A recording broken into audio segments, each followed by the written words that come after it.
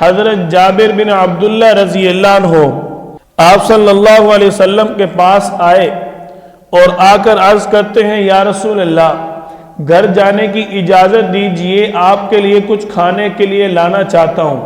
حضرت جابر بن عبداللہ رضی اللہ عنہ جب گھر پر پہنچے تو جا کر اپنی بیوی سے پوچھا کہ گھر کھانے کے لیے کچھ موجود ہے؟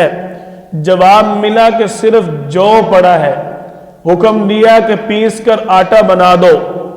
آپ صلی اللہ علیہ وسلم کئی دن سے بھوکے ہیں۔ بیوی کان میں کہتی ہے کہ جا کر آپ صلی اللہ علیہ وسلم کے کان میں کہنا۔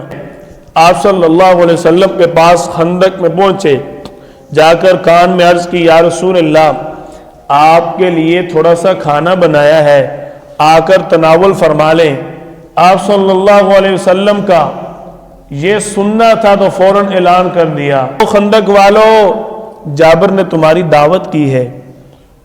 اب حضرت جابر بن عبداللہ رضی اللہ عنہ وہ پریشان ہو گئے، پریشان اس بات سے ہوئے کہ میرا محبوب آج پھر بھوکا رہ جائے گا، کھانا تھوڑا ہے نا، اس لیے تو نبی کا تقویٰ تو نبی والا ہوتا ہے، یہ تو پھر امام الانبیاء ہے۔